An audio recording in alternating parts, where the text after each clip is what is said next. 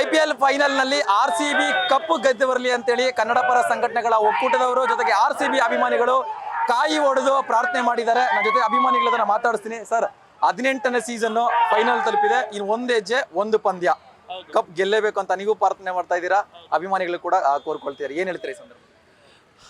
RCB ಈ ಬಾರಿ 18ನೇ season, IPL 18ನೇ season ಏನಿದೆ ಇದರಲ್ಲಿ ಇದು ಪಂಜಾಬ್ ವಿರುದ್ಧ ಗೆಲ್ಲೋ ಮುಖೇನವಾಗಿ 18ನೇ ಸೀಸನ್ನ ಕಪ್ಪು ನಮ್ದಾಗಿಸ್ಕೊಳ್ಳೋ ಮುಖೇನವಾಗಿ 18 ವರ್ಷಗಳ ಆಸೆಯನ್ನ ಈ ಬಾರಿ ನಮ್ಮ RCB ಈಡೇರಿಸೋ ಮುಖೇನವಾಗಿ ಕನ್ನಡಿಗರ ಆಸೆಯನ್ನು ಈಡೇರಿಸುತ್ತೆ ಅಂತ ಹೇಳಕ್ಕೆ ಇಚ್ಛೆ ಪಡ್ತೀನಿ.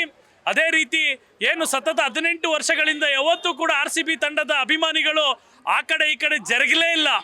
ಪೂರ್ತಿ ಮನಪೂರ್ವಕವಾಗಿ RCB ತಂಡಕ್ಕೆ ಬೆಂಬಲಿಸ್ತಾ ಇರೋದು. ಎಷ್ಟೇ ವರ್ಷಗಳಾದರೂ ಎಷ್ಟೇ ಶತಮಾನಗಳಾದರೂ ನಾವು RCB ತಂಡದ ಪರನೇ ಇರ್ತೀವಿ.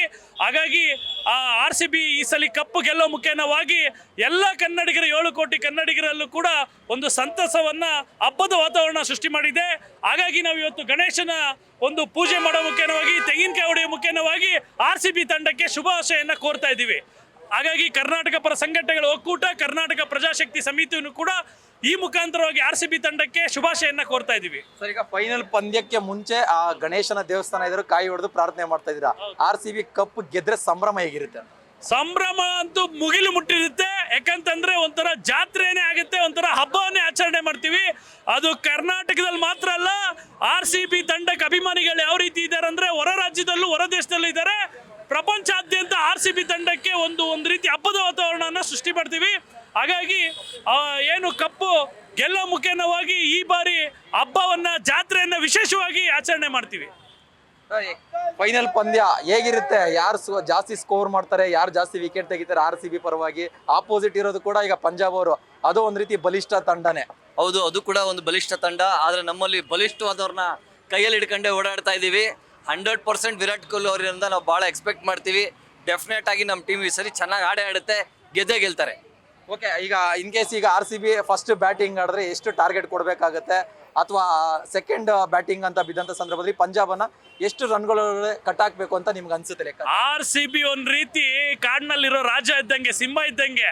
ಅದಕ್ಕೆ ಎಷ್ಟೇ ಏನು ಟಾರ್ಗೆಟ್ ಕೊಟ್ಟರು, ಏನೇ ಕೊಟ್ಟರು ಕೂಡ ಅದು ಬೇಟೆ ಆಡೋದು ನಮ್ಮ ಸಿಂಹನೇ. ಹಾಗಾಗಿ RCB ತಂಡಕ್ಕೆ ಅವ್ರು ಏನೇ ಟಾರ್ಗೆಟ್ ಕೊಟ್ಟರು ಕೂಡ ಅದನ್ನ ಮೀರಿ ಚೇಸ್ ಮಾಡಿ ಈ ಸಲ ಹೊಡೆದು ಕಪ್ಪನ್ನು ಗೆಲ್ಸೋ ಮುಖೇನವಾಗಿ RCB ತಂಡ ಅಷ್ಟು ಬಲಿಷ್ಠವಾಗಿದೆ ಅಂತ ಹೇಳಕ್ ಇಚ್ಛೆ ಪಡ್ತೀನಿ. ಒಂದು 200ರಿಂದ 220 ಮೇಲೆ ಸ್ಕೋರ್ ಮಾಡಿದ್ರೆ, ಫಸ್ಟ್ ಬ್ಯಾಟಿಂಗ್ ಆಡಿದಾಗ ಒಂದು 220ರಿಂದ 230 ಮಾಡಿದ್ರೆ ಭಾಳ ಬಲಿಷ್ಠವಾಗಿರುತ್ತೆ.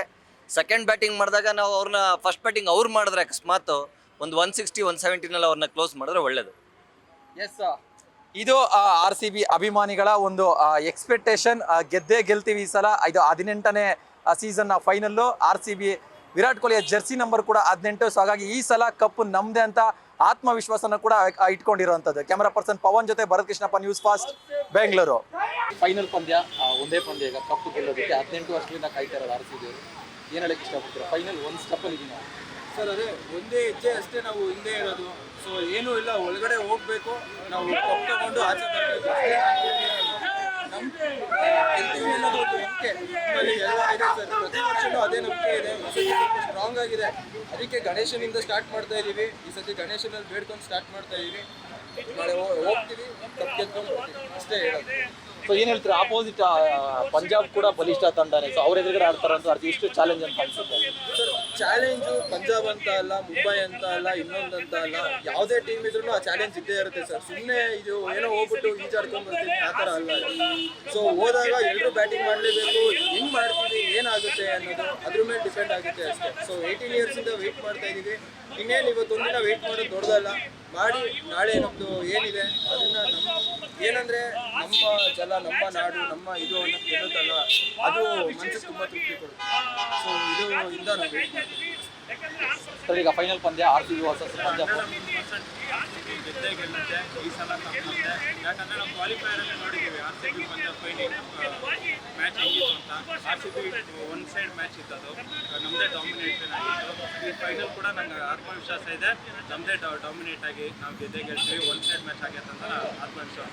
ಈಗ ಟಾಪ್ ಸ್ಕೋರ್ ಯಾರಾಗ್ಬೋದು ಫೈನಲ್ ಪಂದ್ಯದಲ್ಲಿ? ಬ್ಯಾಟ್ಸ್ಮನ್ RCB ಪರವಾಗಿ, ಅಥವಾ ಟಾಪ್ ವಿಕೆಟ್ಸ್ ಯಾರು ತೆಗಿಬೋದು?